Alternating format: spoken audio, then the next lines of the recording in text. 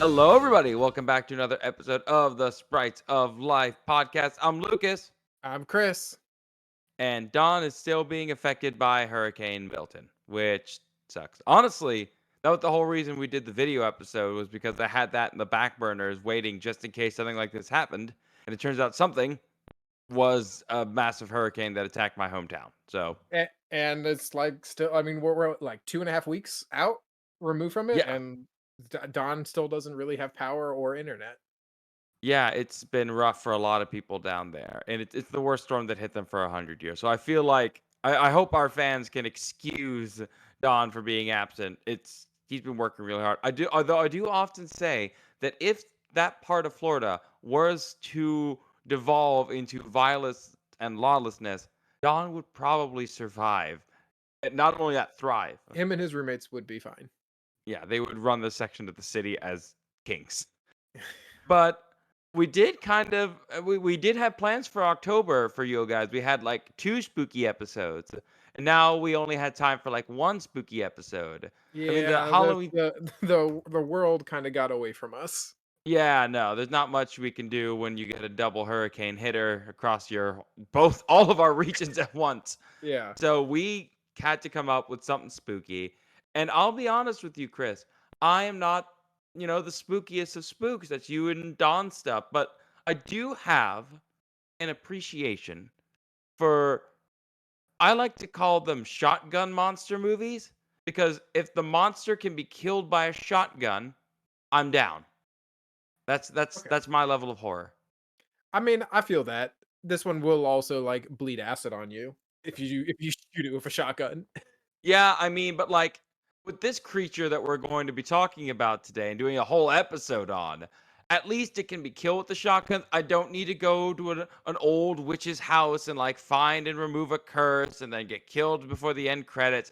I like my monsters to be more physical, more real, tethered to the bonds of the laws of physics. You just be like, holed up in a spaceship with the perfect predator.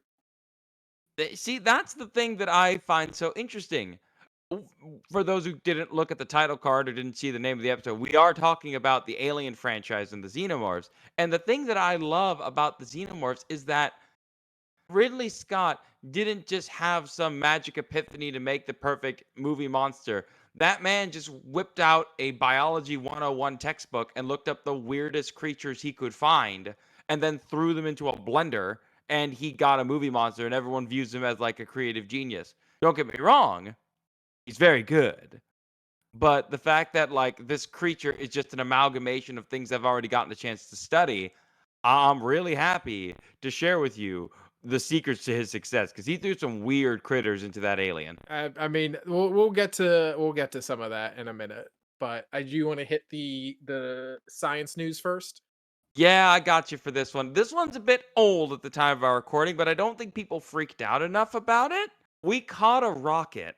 A rocket or an asteroid? No, no, okay. So SpaceX has been trying to work on getting space to be cheaper. That's their whole thing is to work on ways that space becomes more accessible and that it's easier to send people on missions to the moon or eventually to Mars or wherever else they can think of. And one of their tests was to launch a 120 meters tall rocket, 400 feet tall rocket up into the air and then 7 minutes later, it comes flying back down, and they were able to catch it Okay, like on Earth or in space? on Earth. Like literally, the idea of a booster rocket is that you use it to get yourself and whatever you're deploying out of the atmosphere. It detaches, it falls to the Earth. Yeah, yeah, yeah. But yeah, I mean, ever since the beginning of the space age, it's just it's gonna fall in the ocean. We got to go make a new one, and that gets expensive.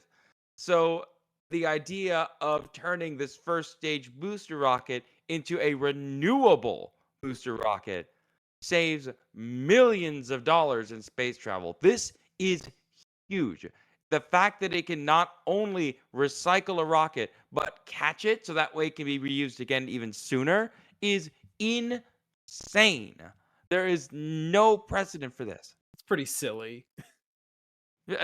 Okay, it looks silly, No, until no, no, you realize just I mean, like, that's, good, like, ridiculous. yeah, come on. It literally yoinked a several ton burning ball of explosive energy out of the air, and it's like, all right, next. They Yeah, didn't even expect it to work the first time, and it worked the first time. SpaceX has been able to get away with a lot of stuff because they're not like the government, where if a rocket was blowing up with a taxpayer's dollar every 5 minutes, we'd probably get pretty ticked off. But since it's private investment, they're able to make more of those mistakes. It's a very interesting company, and as much as I have my own feelings on the guy who owns it, and most of those feelings aren't great, I can't deny that SpaceX has done a lot for space exploration. You got to be non-biased in these things, and yeah, this is a huge step, and I'm very yeah, happy that I got to live to see it. As far as gaming news goes, I don't know. We missed a lot, so let me just rush. Can I rush through like at least one of them? yeah. Okay, so Alarmo is weird. Are you gonna get Alarmo? No, I am not gonna get alarm mode. Yeah? Well, you shouldn't. You're happily married. Alarmo, it doesn't work for people who have couples or lovers or anything like that. Why not? Please elaborate. Okay, so Alarmo has this thing where it will basically watch you while you sleep and track your movement. And when it plays an alarm, it'll start like doing a jingle, and it'll notice when you're starting to wake up and move, and it'll change the jingle. Like Okay. imagine victory music for when you're waking up, sort of deal. But it's only good at registering one body. It can't do two. Mm, I So can it's see the basically problem meant, there. yeah, it's meant for children, which, fine, good, perfect. But then for the adults, like us who are in our 20s and 30s who are like, you know what? I want this because I have adult money and I don't care what anyone thinks of me. That it doesn't work that way, which I think is pretty funny. I mean, it's $100 alarm clock. Yeah. It's like the way too expensive Nickelodeon alarm clock from our youth. Yeah, no, I did love all the memes. The memes that people made were pretty good. Some of them I can't mention on this podcast because they were too good, but man, I love the internet sometimes. On the note of the internet did it bad. Game Freak, that massive leak, holy crap, did that destroy the Pokemon community a little bit? I was a Typhlosion fan, I still am, but like some of the stuff they were writing, don't get me wrong, very Greek mythology. This is stuff we've been writing since ancient times, but in the modern day, it's not great. But I think people are. Have you seen some of the other leaks that have gone A, through? a few of them. I saw the Typhlosion one, and I was like, honestly, like, it tracks that that's what came up, and then also that somebody was like, maybe we shouldn't. I mean, yeah, this was stuff with like, no, let's can this and never speak of it again, but keep it in our files because we worked hard on it, sort of deal. But what if we didn't? Yeah, but what if we didn't? But then you have the stuff that was really bad, where it's like, hey, we leaked the information of our employees, which is awful. That's bad, no matter who that's happening to. I hope the people who went through it are able to get at least some monochrome of privacy Yeah. back. But then we had like nuggets of information for like the next game, like Pokemon Legends ZA. It's being tested. It's supposed to come out next year, like they've said, but we haven't seen anything about it. And I'm a little nervous now, considering that Pokemon hasn't even shown us a trailer, not introduced us to new starters, nothing. And that's weird, right? Like I'm not I insane. I mean, maybe weird. I don't know. I also get like, especially on the back of all the stuff that came out about Insomniac and the Spider-Man leaks. Like, I don't want to get too into those kinds of things just because like there are real implications. With it, Yeah, like I mean, we you have saw like the all the they were saying that the Insomniac leaks basically led to like a lot of the content and DLC that was planned for the Spider-Man game just being shelved. yeah, it's not great. I mean, with this stuff, the game stuff was mostly left alone. They know that they were making some games and stuff, and I don't know, it's a mess. But I I'm mean, hoping, I would agree that if you did not believe that there was going to be a Zygarde Mega, that you were woefully ignorant. yeah, that's the one thing. Like, oh no, Zygarde's gonna get a mega. You can't just spoil that. I'm like, Dog, I don't know what to tell you. It's ZA, it's Kalos. They had the stone at the end of that trailer almost a year ago. Like it's all out there. Yeah. That's all I got. You tied football into gaming news, which might be seen as heresy. What did you do this time? Got to. Always looking for those bridges. So there is a running back tandem in Detroit. Honestly, two of my favorite players to watch play. They are incredibly fun. Do you know the names Jameer Gibbs or David Montgomery? I do not. They are part of probably the best running back tandem in currently in the NFL. They have it has been like rumored that this is what they want to be called. I have seen that this is actually a thing that they want to be called, and that they want to be referred to as Sonic and Knuckles. I mean, I'm reading an article here published the 18th. Let's see. Quote, Sonic and Knuckles, it's official now. I've been warned that that's what they want to be called. Sonic and Knuckles are doing what we asked them to do. Scotty Montgomery said Wednesday via M Live. Now, if I were to tell you there was two running backs that wanted to be called Sonic and Knuckles, what would you think they were? Um, well, one is ridiculously fast and the other one likes to punch stuff. Yeah, basically, Jameer Gibbs, very fast. David Montgomery will beat your soul into the ground. And so that's like the like if you were to like if I was to encapsulate that experience in a game, it's that David Montgomery just like beats you down through the course of the game, and Jameer Gibbs just comes in, breaks off a couple big runs, and gasses you. So there was one game where it was very close up until like the Lions ended up forcing overtime, and then they got the ball first, and they literally just handed it. They started at like the 25-yard line or whatever, handed it off to David Montgomery like 10 straight times, and he just ran it down their throat. And they just couldn't stop him because they were so tired from being beaten up the entire game by both him and Gibbs. They are absurd. And I love like with that, with this, with all the stuff with like Jamal Williams, like it's just fun seeing video games tied into unconventional places. Admittedly, I did forget to do my pick'ems this week for football at work, so I feel real bad thinking about football now. But I do love seeing, I love bringing that up about the one guy for the Saints who wanted anime merch instead of like money for autographs. That was Jamal Williams. Yes, he is a Yeah, so he's yeah, great. Jamal Williams. Sorry, again, I'm not good at this. I He just is gamble. he is a ball of sunshine. Let's see. There's this couple of Seahawks players who are Pokemon fans, I believe. I mean, the Kansas City Quick Attack Pikachu play. That's pretty sick. I love it. I love that we own this world now. I love that we just let them have it. We got the news out of the way. We've got science and what have you thought through. What can you tell me about the Alien franchise? Because I'll be very honest with you. My favorite Aliens things that I've seen are Alien vs Predator and the original Aliens, and the order of which I like them switches to how dumb I'm feeling that day. What now we have to be clear. The original Alien or Aliens? Because that Aliens. I preferred the action portions of it more than I wanted to see a space horror. Again, I'm not a horror guy. I'm shotgun kill monster man. and I should also stipulate, uh, we will probably have spoilers. My personal theory or my personal philosophy is if knowing the ending ruins something, it wasn't good to begin with. My personal philosophy is if you don't want to hear about horrifying monstrosities, find one of our Pokemon episodes. Oh, wait, those are awful, horrible monstrosities too. So stick around. This one's going to get gruesome.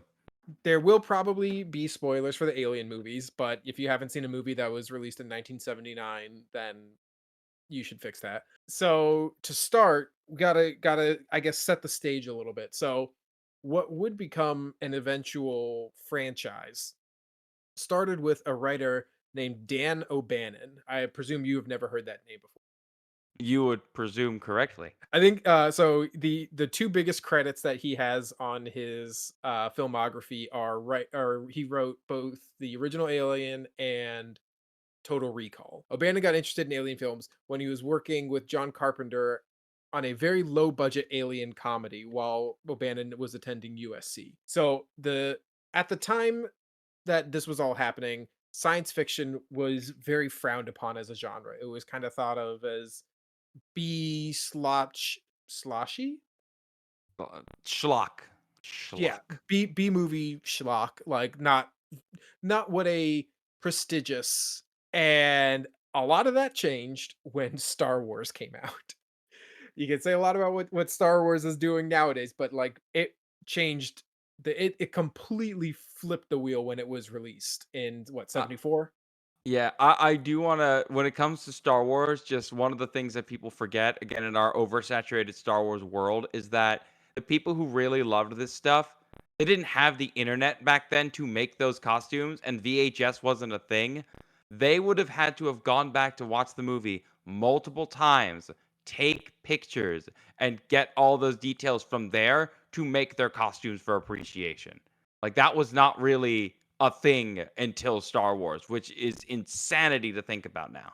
So Star Wars, basically once Star Wars came out and just made an incredible amount of money, very much the same thing happened that you see nowadays when things like the superhero movies started coming out, or connected universes started coming out. Everybody has to have one. So Fox wanted something fast, and in the spirit of being in the right place at the right time, the only script that was on their desk that was in that genre was Alien. And it went through a decent amount of rewrites and trying to get the right director and all the different aspects to it. Eventually it was greenlit with like I think it was like a 4.2, 4.8 billion dollar, or not billion, 4.2 ish million-dollar budget. And then Ridley Scott was attached to direct it and basically hunkered down and did a whole bunch of previs type of stuff and put together storyboards and concept art, and when he showed it to the studios, they doubled that budget. Okay, so I'm doing the math. So I want to do the math to see how much that would have been in today's money. Okay, so 1979, yes? Yes. Or I mean, it would have been like 78-ish, but yeah, 78, cool. Let's fix that in the calculations. Oh my. Okay, cool. So how much do you think 4 million is in today's money? probably like 40 million? No, it's actually about $19 million originally, and you said they doubled Okay. that? They doubled it. Cool. So that was in today's money, it would be a $40 million movie. I mean, if you consider like what Marvel budgets and what all these big Hollywood blockbusters throw in, I mean, like Madam Web was like over $120 million. I'm trying to hold on a sec. Give me 1 second to pull out okay. So, these are it's not going to be apples to apples because it's still a couple years off. But some recent examples of movies that were made for $40 million, some modern-ish, The Sixth Sense, Wedding Crashers, the Karate Kid remake with Jackie Chan, Okay, and 50 Shades of Grey. cool. And hear me out, for 2 million USD, you could make a Sharknado. Oh, there's got to be what was the budget for Paranormal Activity? Oh, let's go ahead and pick that. The original Paranormal Activity was made for $15,000 Are you oh my god, I'm gonna throw up. and it That's grossed 194.2 million. isn't that, like, on record as, like, the best, like, It's money one of made from a I don't know, movie? I can't I think something did pass it, but it's one of the best grosses. But so that's the so that was the other reason that people were wanted to get or want to get involved with horror type genres because they can be cheap to make and you can make pretty bang for your buck kind of situations. But you did say something earlier, Lucas, that I did want to note, and that you said that the inspiration for the Xenomorph. So you did say Ridley Scott designed it, and he definitely had influence, but a lot of his decisions were influenced by an author who he actually who it was who oh what was his name? So Ridley Scott was actually struck by the work of an artist named H.R. Geiger, Oh, I know particularly H yeah, a lithograph called the Necronom 4. yeah, H.R. Geiger's work is, yeah, again, it's I iconic to Alien. It's you can look into Prometheus and see some of that work too. So he was allegedly struck by the beauty and sexual undertones of Geiger's work, and that very much influenced the design for the Xenomorph. And then it obviously gets a lot weirder from there. But the franchise itself, I think, is one of my once they got greenlit, they had to get the movie together, get the cast. obviously you need a bona fide star. So the script was a little bit unique in that it was written with an all male cast, but it was also noted that any of the roles could be gender swapped with no impact on the script. And so, what they ended up doing, because they were seeing a run of female led movies that were doing well in the box office, they went and hired Sigourney Weaver to play Ripley and be the lead. And she battles, and she is on the spaceship Nostromo that basically are on a refinery mission, and they get called to investigate a distress signal that unleashes virtual hell on their spaceship as the alien facehugger implants a xenomorph into one of the crew, and chaos ensues. So the It's franchise it's oh so go ahead, Lucas. yeah, I just love the fact that, like, the first movie, all of that chaos and damage is just from one of them, and then Yeah. every other movie after that is like, "You know, that scared the crap out of me. I wonder if I put more of them," and somehow by putting the more of them you put in, the less scary they become. It's very weird. It's the power creep of franchise films. Fun fact, how many people, this is not alien related, but how many people do you think die in First Blood, which is Rambo's first movie? Shoot, 22. 1. Oh, that's right, he didn't and he I remember there was a line in the movie, it's been years now, he's like, "Oh, he coulda killed these boys." Didn't he just kill, like, a sheriff? Yeah, yeah, basically. But like, yeah, and so then you get to like the more modern ones where he's like mowing down people with a mounted machine gun. But so like the power creep is real, as in everything in games and movies and TV shows. The franchise itself, I think, is pretty unique. It has a lot of different. Whereas like you have something like the Marvel universe where they have a very strict style and brand that they are adhering to. There's been a couple different iterations in Alien. So we have the first one, Ridley Scott directed, very much a haunted house in space kind of feel, except instead of ghosts, there's an alien. They had no interest in making a sequel until an upshot director, fresh off of a blockbuster hit, James Cameron, who had just made Terminator, approached them and said, I would like to make a sequel to Alien. And they were like, yes, please. Do what you want. And so James Cameron went and wrote the script and he directed Aliens, which, as you've noted, is basically more of a action movie type feel. Oh, yeah. Great success. The franchise hits a pretty strong dry spell after Aliens, though. Ironically, though, do you want to guess how many big names have been tied to this franchise? I know Ron Perlman was in Resurrection. In well, specifically in like director or writing roles. Oh, shoot, man, there's been a lot of them. There've been a lot of people trying to take a crack at this franchise. I mean, like, am I getting ahead of ourselves and bringing up Prometheus and Covenant and the what was the new one that came out recently that was actually good? Romulus. Romulus. There's been a lot of all-stars who have tried to make this work, and none of them have been able to do as well as James Cameron or Ridley Scott during their first go through at these things. So, yeah, so we have Ridley Scott with the first one, James Cameron with Aliens, Alien 3, directed by David Fincher. Oh, I'm sorry, Actually, his David. first movie. I He mean, would you he can't would then always get a good you can't always know how good things are gonna go with your first movie, right? I'm pretty sure he has disowned Alien 3. His second movie was Seven, so that did much better for him. And then Alien Resurrection, I can't remember who the director was, but it was actually written by Joss Whedon. Oh. Um, I mean, and then that explains the quips. Yeah, very, very quippy. Yes, for sure. After those, it kind of went into a little bit of not a hiatus, but they started being like, "Hey, we've got all these different cool things. What if we? Oh, you know what happened? Freddy versus Jason happened. Oh, uh, right, that I remember, and that did actually pretty well, like, box it office it wise. That it was did well, which then caused other studios to be like, "What else can we pit? How can we take our IPs and put them together?" And thus we get the not so great Alien versus Predator movies. I love that movie. It is a dumb movie, but out of all the aliens, like I said, that one is just fun. I like watching the predators just dunk on the xenomorphs.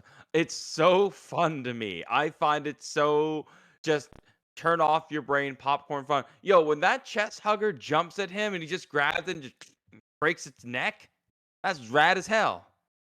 So ironically, both of those franchises, which have for better or worse split at this point, I would argue more better.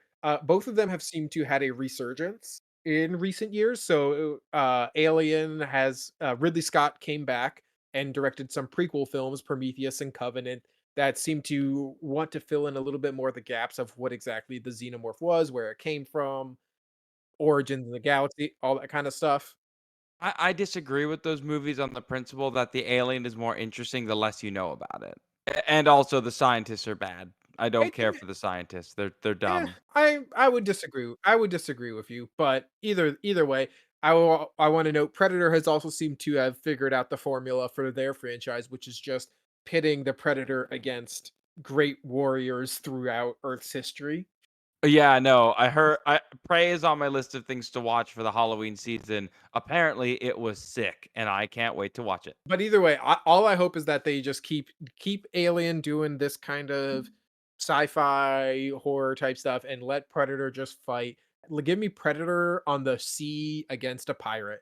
Like I want everything.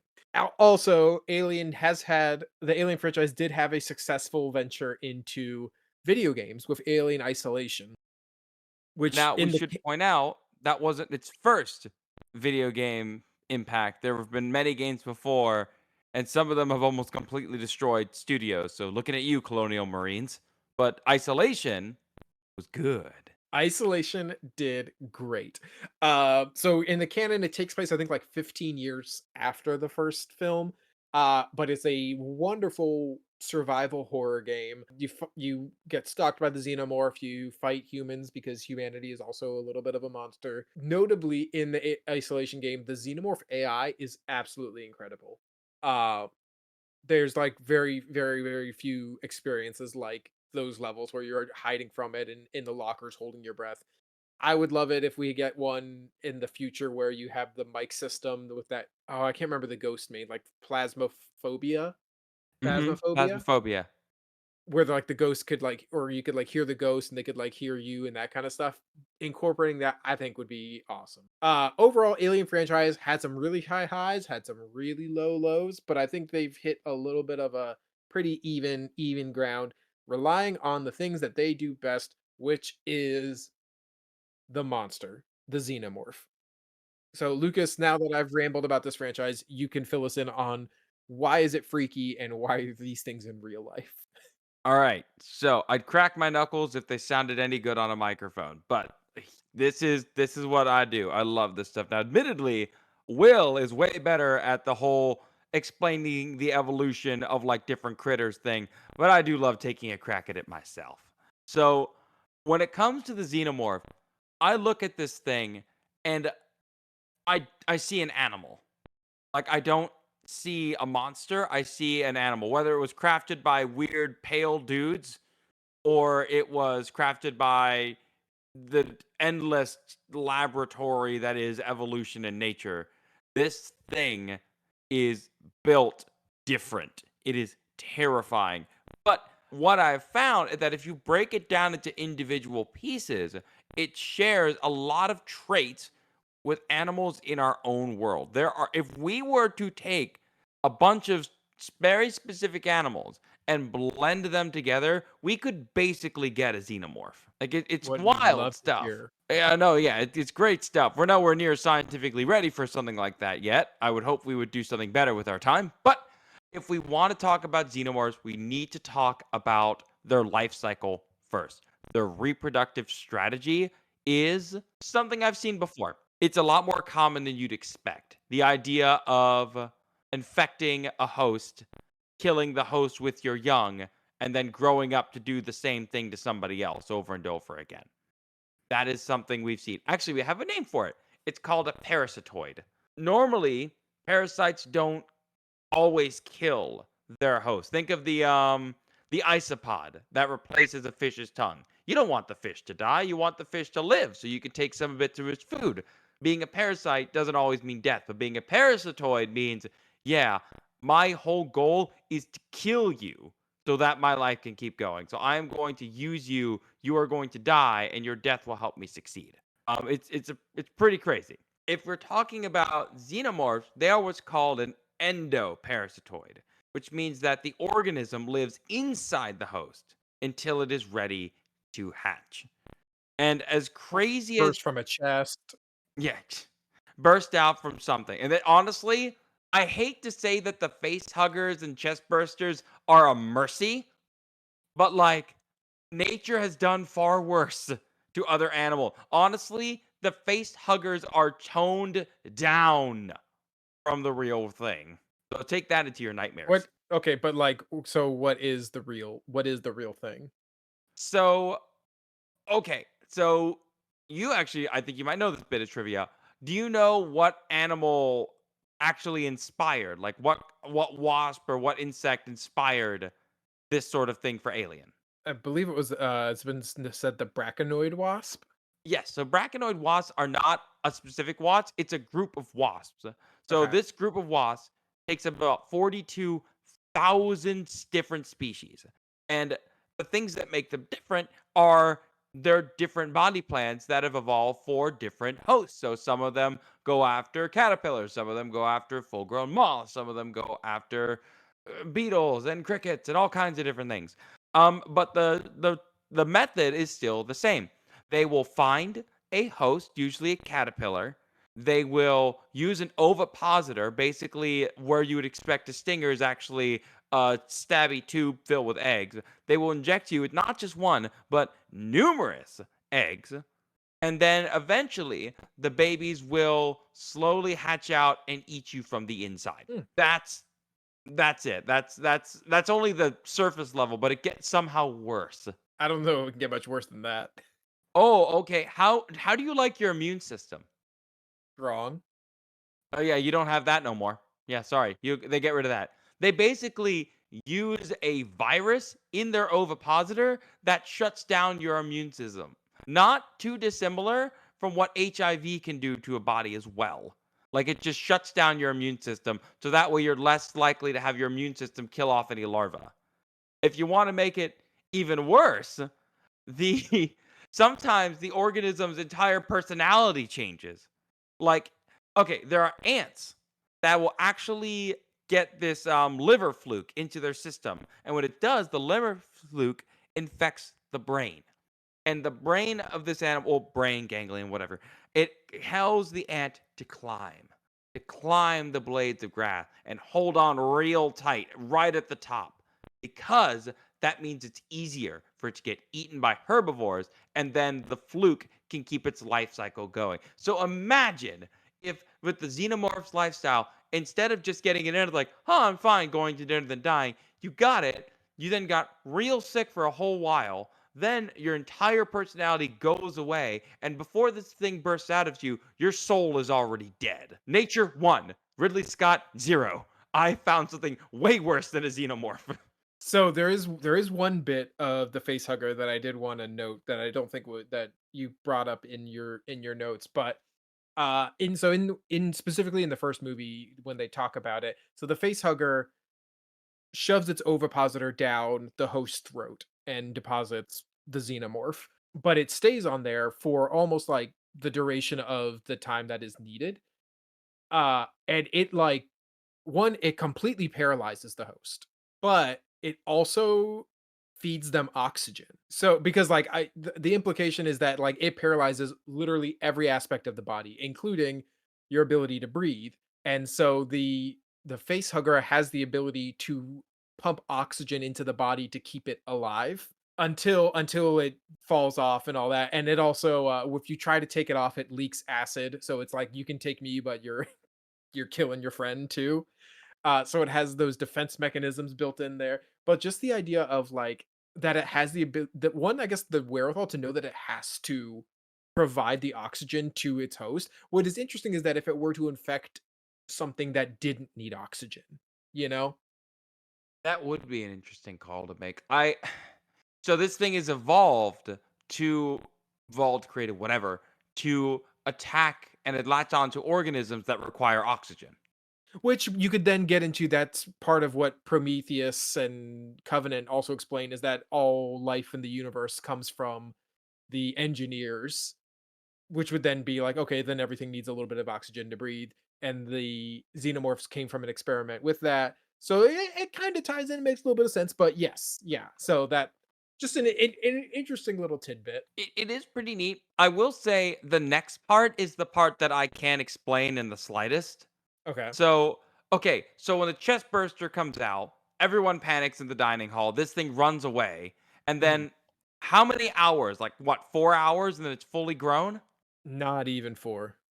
Okay, that's insane because it grew 9 times its original size without any food or sustenance Yeah. at all.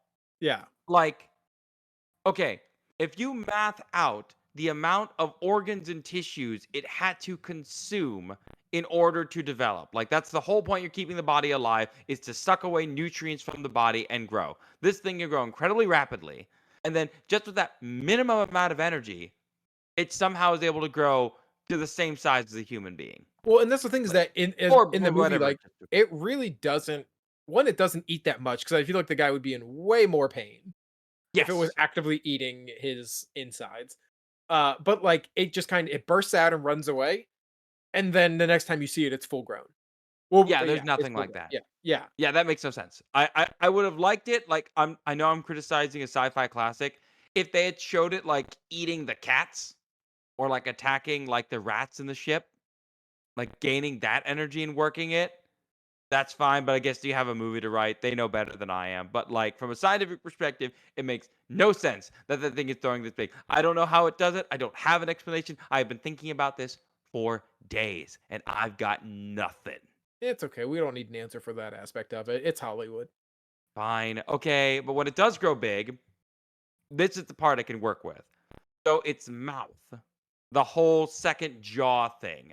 Does it use it that much in the movies, like to kill, or is it just like an intimidation thing? Because I've never seen it No, actually kill it someone with it. it definitely uses it. Because it is, this is the one I actually bring up at work a lot. So bony fish all have what's called a pharyngeal jaw. I'm going to go ahead and drop one of these in the Discord. This is typically how a pharyngeal jaw works. The first set of jaws or teeth will capture the prey, and then the second pair will process the organism to makes it easier to digest. You with me so far? It looks like a back mouth. It is a back mouth. It is a second pair of teeth to do exactly what it looks like it's supposed to be doing. But then you have something like the moray eel.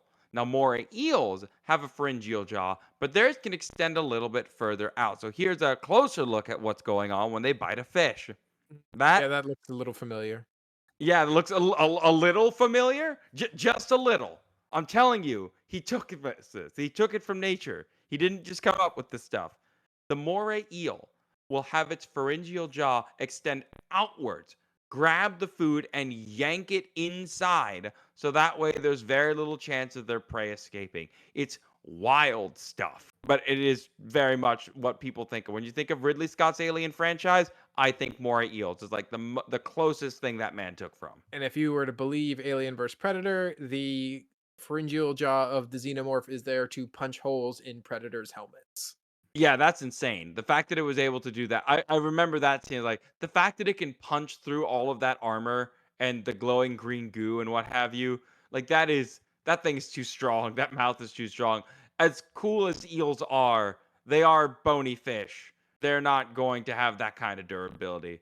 But they are really neat in that they're also intelligent. More intelligent than people think. Moray eels are able to coordinate and work with other species in order to survive. They actually work together with things like grouper to hunt on the reefs. So they'll go into the reefs in the tight places that they grouper can't get into, and then the grouper will wait outside for any of the prey that they chased out.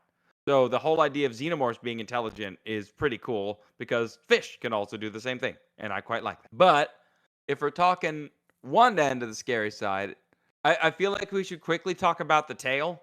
Yeah, the tail is pretty Tail's pretty important. sick. I mean, we used to have there was what's called like the bladed tailed dinosaur. The closest thing I could find in like a vertebrate. to what we're thinking of when we think of like having a spiky tail. So I found it. He's called Stegoras elingasin. He was found, I believe, out in South America, and as you can see, his tail looks like something out of Monster Hunter. They were actually only around 65 million years ago, so fairly recent. I mean, all as far as millions of years are concerned.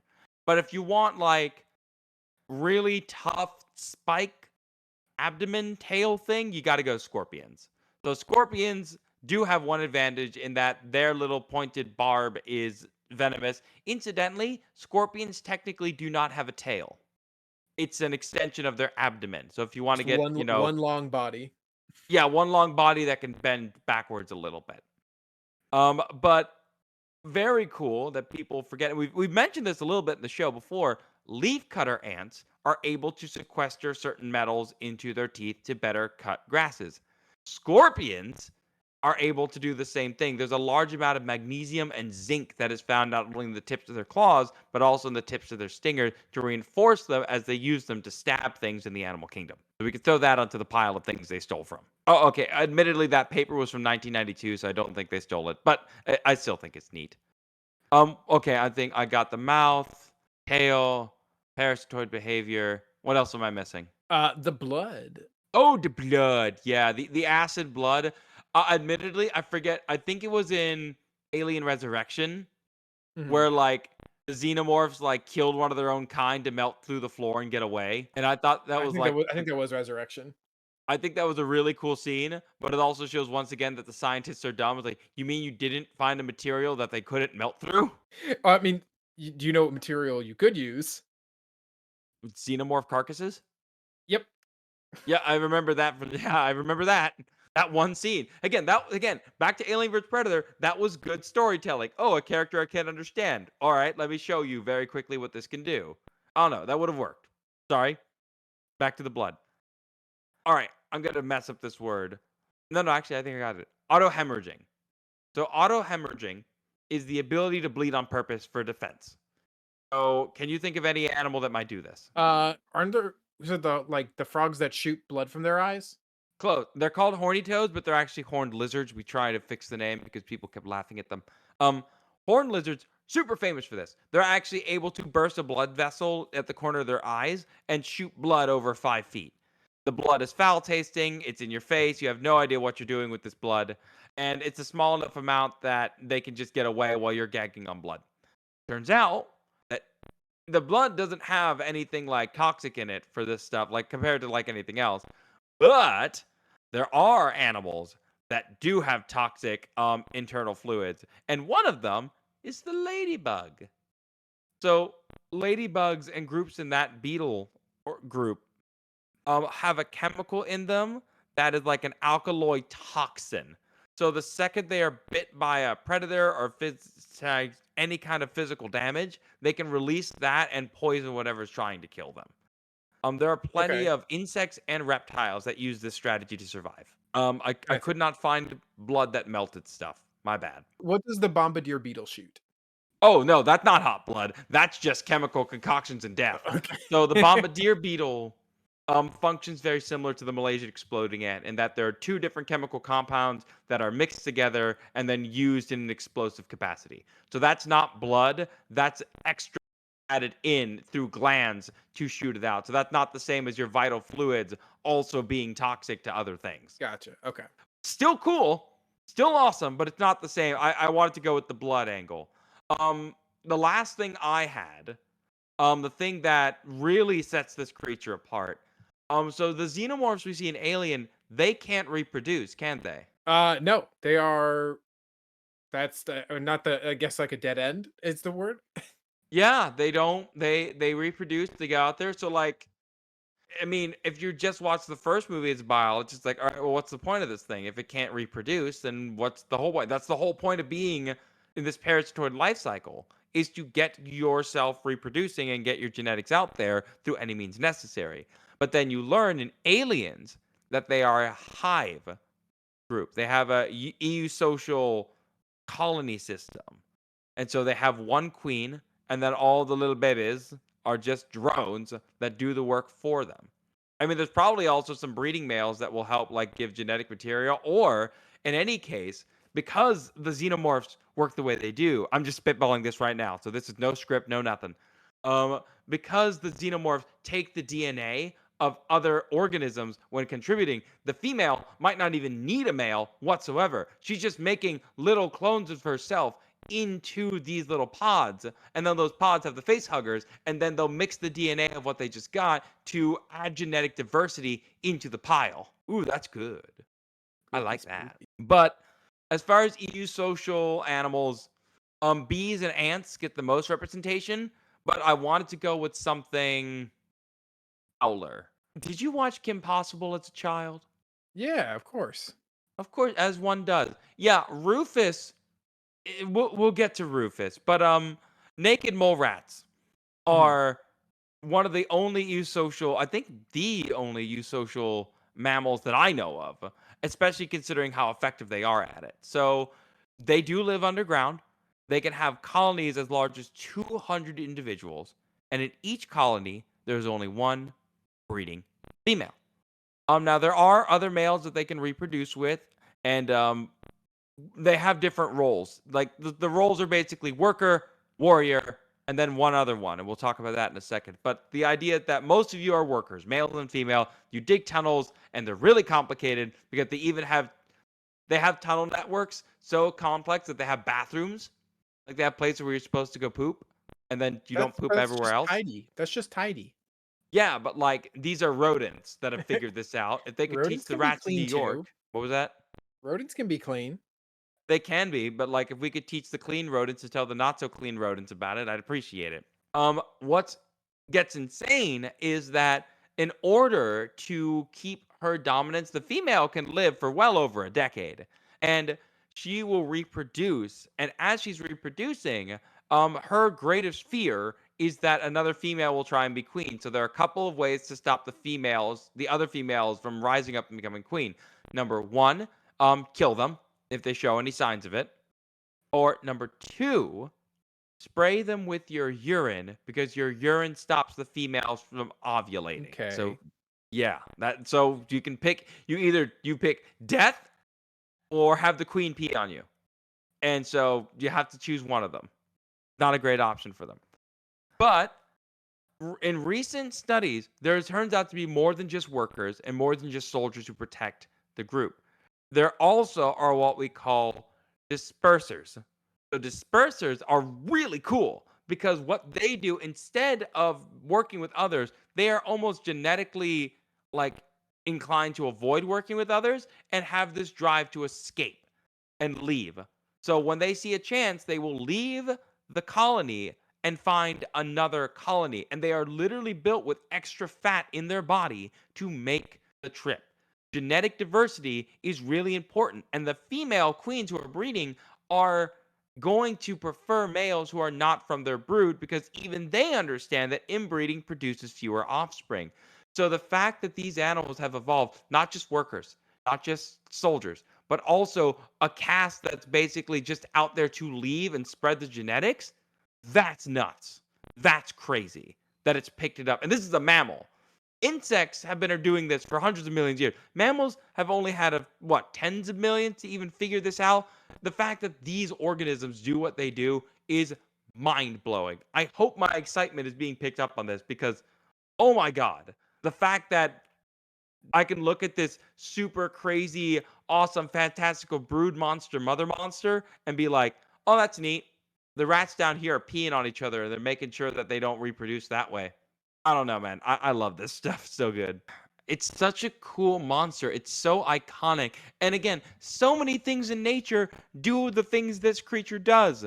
They just don't do it all at once. It's so amazing that all of these parts can be found in the animal kingdom, except for the growth rate. That one's I don't know. Bamboo? It might be similar to bamboo, but that's about Well, it. shout out to the man in the suit who wore that probably un unbearable amount of latex to make that movie happen. Oh no, that man probably lost 7 pounds every day in water weight from wearing that thing. Yeah, he did good. He did real good. Shout out to the puppeteers though. Later on, it was like, hey, let me just make this thing work with like 8 of us trying to make this monster look alive. Not as hardworking as the costume guys, but still pretty awesome. Oh my god, The do you know who the original guy who wore the outfit was? I do not Kevin know. Bacon. I'm not going to pronounce this correctly. It was a Nigerian actor named Bolaji Badejo. Hmm. Uh, he was 6'10". But I'm really glad we got to talk about. I'm glad we got to do something spooky because there's nothing more terrifying than nature. Truly, I hope you understand that after hearing me rant about this.